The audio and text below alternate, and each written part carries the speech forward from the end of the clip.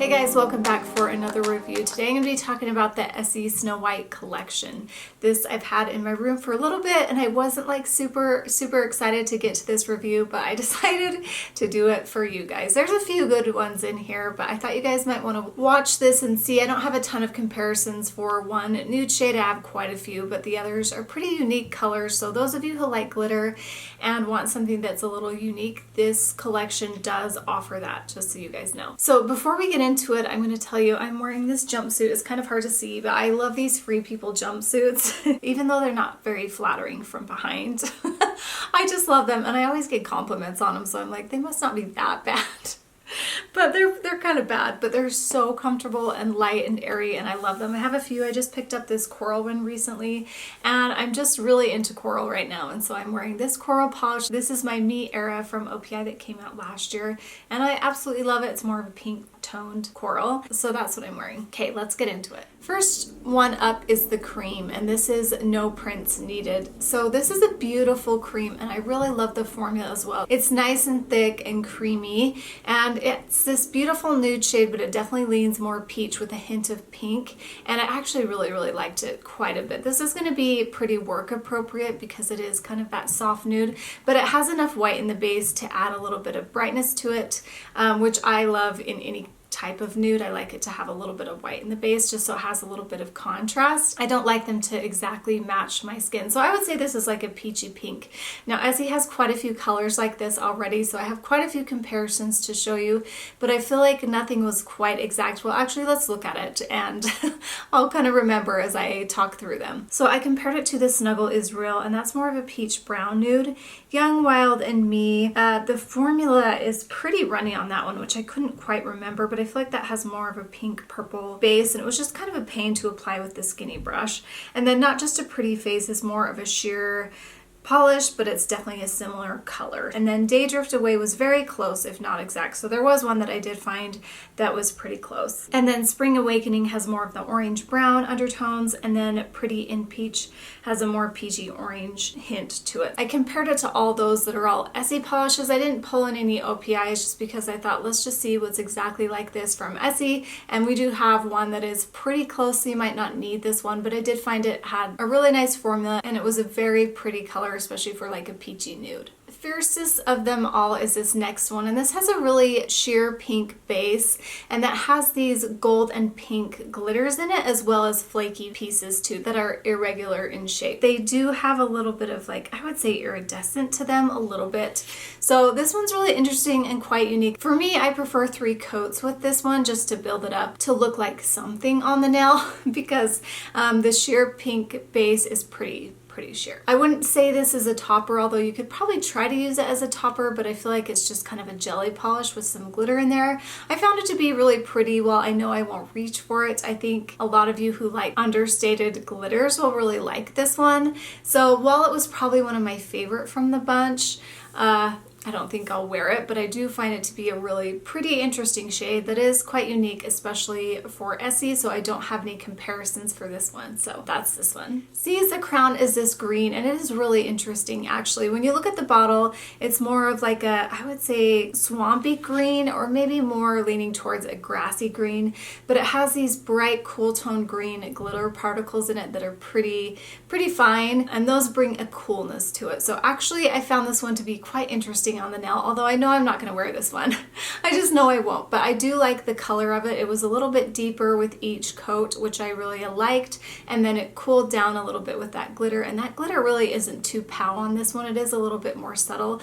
So while I did think this is really beautiful, I probably won't wear it because I'll probably just go for like a cream green, which I like, but if you like glitter and you love green, this is a really pretty one.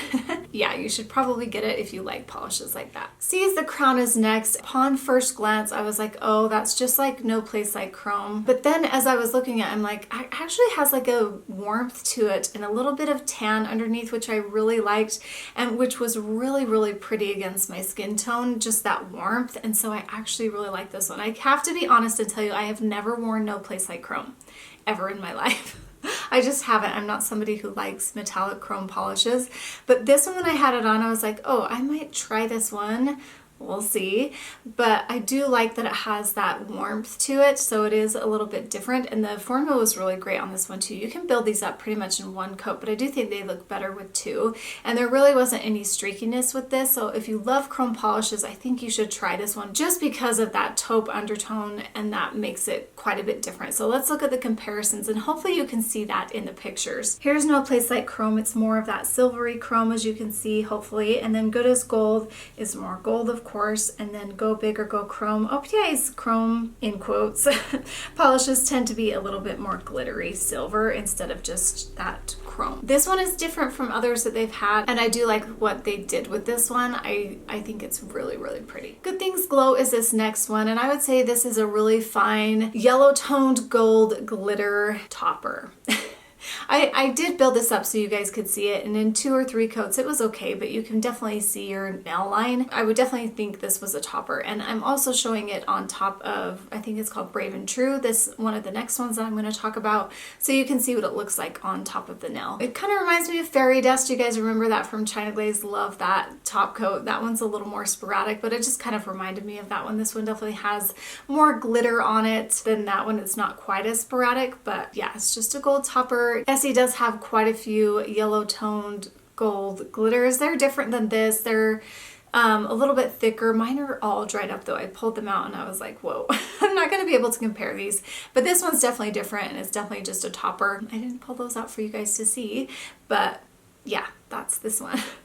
Just Take a Bite is this really interesting one, and I love that they have a red one, and this is the perfect type of red for me. It's a really cherry red, which I absolutely love, and then it has this really slight shimmer in there that's gold that really adds a unique look to it, and I actually really liked this one quite a bit. I've kind of been craving reds actually, and corals, as you see on my nails, so I did find this one to be really pretty. We'll see if I reach for it or not. I might just want like a plain cream cherry red, but I did think this one was really, really beautiful, and if you like glitter and you love red, then this is going to be the perfect combination for you. I did have a few comparisons for this one just so you can see, because I did think I've got a few that are kind of like that, but they are a little bit different. And this will give you a good idea so you can see how cherry red it is compared to those others. So I compared it to Hello Kitty, Hello Pretty, and that one I really fell in love with.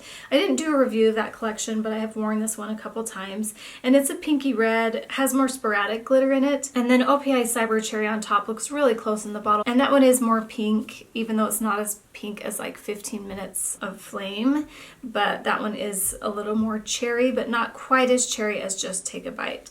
And then Essie Ring in the Bling is more of like a maroon red, so that one's quite different too. So that is this one. Hopefully that comparison was helpful. Tempted with Envy is this next one. It's a really dark, rich, kind of maroon, burgundy, purple base, and then it has this shifting purple to gold, kind of a green gold iridescent shimmer in there, and so it's quite unique, especially for Essie. I didn't feel like Essie had anything that was really close to this one. I do think it's a good one for this collection because it just reminds you of like the evil queen, and OPI has come out with a few like this too that kind of remind me of those movies and the villains. The formula is really nice. It's pretty much opaque in one coat, and you can build it up really nicely in two. I think it looks a little better with two because you're adding a little more glitter and a little bit more layering.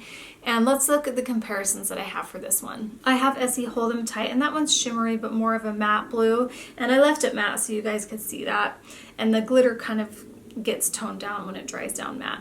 And then Leonardo's Model Color is one that I was thinking of, and that one has more of a sheer formula, and it's definitely a lighter color. Head Shistress is more of a blue purple base with some glitter, so they're all quite different. And then OPI, like I was mentioning, has some kind of like this, but they're kind of like a gray with like purple green shifting in it, not this deep purple base. So this one's quite different and unique. So that's a positive for this one for sure. I'm trying to be so positive, as you guys can see. This one I really love. This is Brave and True, and I'm really loving blue this year too, although I haven't even worn any on my nails. And then the corals kind of distracted me, but this is a jelly blue with a hint of purple in it, and these are the blues that I like that just kind of pop. And so it looks really squishy on the nail. And actually built up pretty well in 2 coats.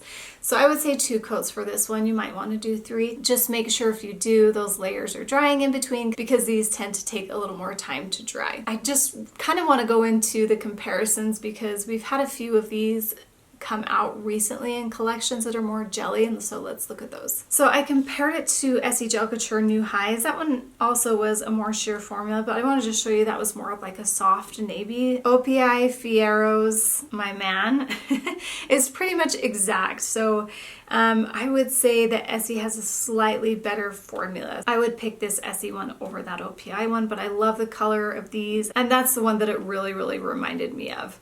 So they're pretty much exactly the same. And then Waterfall in Love, I wanted to show you, is purple tone, but it does have some white in the base, and so it is quite different. It doesn't have that sheer look to it. So that's definitely what stands out for this, is that it's purple toned and it has that more sheer formula. So I did find this one to be really beautiful. Okay, so that's the collection. What are your thoughts on it? I'm gonna pick 2 favorites, but I can honestly tell you that I probably won't wear these. I just won't. I don't reach for even though I love blues like this, I don't reach for them. Maybe I will this summer. I'm gonna do it. I'm gonna do it at some point. I'd rather just reach for a regular red, but I did find this one to be really pretty and quite unique. So yeah, maybe 4th of July you can pull these out. Maybe that's what this will be fun for. Actually, that would be kind of a cute mani. So those are my 2 favorites from the collection, but I have to say this whole spring has been a little underwhelming.